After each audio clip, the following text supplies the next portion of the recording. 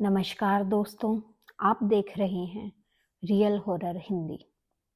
आज की कहानी कोई कल्पना नहीं है, ये एक सच्ची घटना है जिसे आज तक विज्ञान, सरकार और इंसान पूरी तरह समझ नहीं पाए। यह कहानी है डेटलॉफ पास हादसा की। एक ऐसी रात की जहां 9 लोग थे, लेकिन सुबह कोई जिंदा नहीं बचा।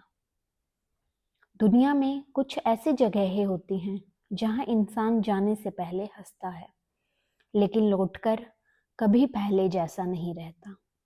रूस के यूराल पहाड़ों में एक ऐसी ही जगह है, बर्फ और सन्नाटा और डर। आज हम उसी जगह की बात करेंगे, डेटलॉफ पास। साल था 1959, जनवरी का महीना। तापमान लगभग -30 डिग्री सेल्सियस। ऐसी ठंड जहां इंसान की उंगलियां कुछ मिनटों में ही सुन्न हो जाती हैं। इन पहाड़ों में 9 युवा लोग ट्रैकिंग अभियान पर निकले।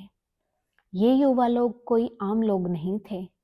ये थे बहुत ही अनुभवी हाइकर्स, कॉलेज के छात्र जो पहले भी सबसे खतरनाक पहाड़ों को पार कर चुके थे। इस समूह का जो व्यक्ति नेतृत्व कर रहे थे, उनका नाम था इगोर डेटलॉफ। उनकी उम्र सिर्फ 23 वर्ष थी। वह एक बहुत ही समझदार व्यक्ति, शांत और जिम्मेदार इंसान थे। उनका लक्ष्य था माउंट ओटोटन तक पहुंचना, लेकिन उनको यह नहीं पता था कि यह उनकी आखिरी यात्रा बनने वाली है। इस दल में शुरुआत में 10 लोग थे। 28 जनवरी को एक सदस्य यूरियोडिन बीमार पड़ गया। उनके लिए चलना मुश्किल हो गया और दर्द बहुत ही असहनीय था। इस वजह से उनको वापस लौटना पड़ा। लेकिन यूरी यह नहीं जानता था कि ये फैसला उनकी जिंदगी बचा लेगा। बाकी 9 लोग मौत की ओर बढ़ चुके थे। 1 फरवरी 1959, शाम ढल चुकी थी। तेज हवाएं चल रही थी। उन्होंने एक पहाड़ की ढलान पर टेंट लगाया। इस पहाड़ का स्थानीय नाम था खोलात सयाखल, जिसका मतलब है मृत लोगों का पहाड़। स्थानीय लोग वहां जाने से डरते थे, लेकिन ट्रैकर्स को कोई डर नहीं लगा। उस रात टेंट के अंदर क्या हुआ, आज तक कोई नहीं जानता। लेकिन कुछ ऐसा हुआ जिसने इन अनुभवी लोगों को पागलपन की हद तक डरा दिया। इतना डर कि उन्होंने जूते छोड़ दिए, गर्म कपड़े छोड़ दिए और खाना छोड़ दिया, और फिर उन्होंने टेंट को काट दिया। टेंट अंदर से कटा हुआ था। कई हफ्तों तक जब कोई वापस नहीं आया तो खोज दल को भेजा गया। 2 फरवरी को खोजकर्ताओं को टेंट मिला।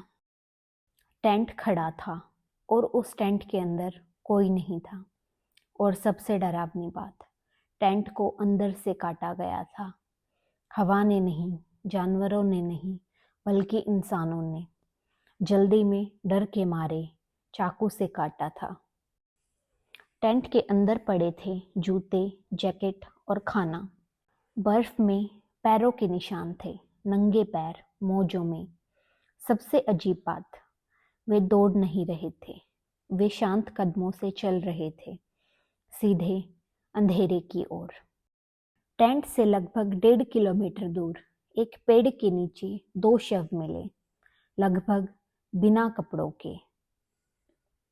पेड़ की शाखाएं टूटी हुई थी, जैसे वे ऊपर चढ़कर किसी चीज से बचने की कोशिश कर रहे हों। उनके चेहरे डर के मारे जमे हुए थे।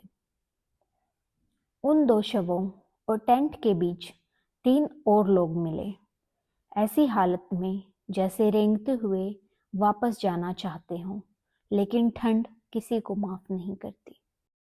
पोस्टमार्टम किया गया और डॉक्टरों ने बताया कि मौत ठंड से हुई है।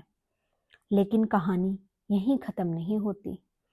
जब बर्फ पिघली तब बाकी 4 शव एक खाई में मिले, और जो देखा गया वह किसी डरावनी फिल्म से कम नहीं था। एक लड़की की जीभ गायब थी, एक की आंखें नहीं थी, एक आदमी की छाती अंदर की ओर धसी हुई थी और एक की खोपड़ी चकनाचूर थी, लेकिन बाहर कोई चोट का निशान नहीं था। उनको देखकर ऐसा लग रहा था जैसे किसी अदृश्य ताकत ने उन्हें अंदर से कुचल दिया हो। सबसे चौंकाने वाली बात तब सामने आई जब कुछ कपड़ों में रेडिएशन पाया गया। रेडिएशन इतना कम नहीं था कि नज़रअंदाज किया जाए, लेकिन इतना ज़्यादा था कि सरकारें भी डर गई और डर के मारे फाइलें बंद कर दी गई। सरकारी कारण बताया गया, एक अज्ञात प्राकृतिक शक्ति। इस पर कोई विस्तार नहीं, न ही कोई सफाई दी गई, बस केस बंद कर दिया गया। लोगों ने मौत की कई वजहें बताई। कुछ ने हिमस्खलन को मौत का कारण बताया और कुछ ने जंगली जानवरों को, पर इस वजहों पर कोई सबूत नहीं था। और सवाल फिर वही, क्या वहाँ कुछ और था, कुछ ऐसा जिसे देखकर इंसान अपनी जान बचाने के लिए बर्फ में नंगे पैर भाग जाए।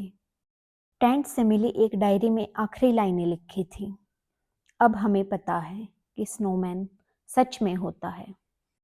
कोई मतलब नहीं, कोई संदर्भ नहीं, बस वो लाइन।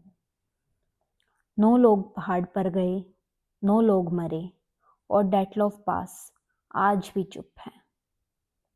अगर आपको ये वीडियो पसंद आया हो तो चैनल को सब्सक्राइब करें। मैं हूँ रियल हॉरर हिंदी और मिलते हैं अगली सच्ची डरावनी कहानी में। तब तक के लिए धन्यवाद।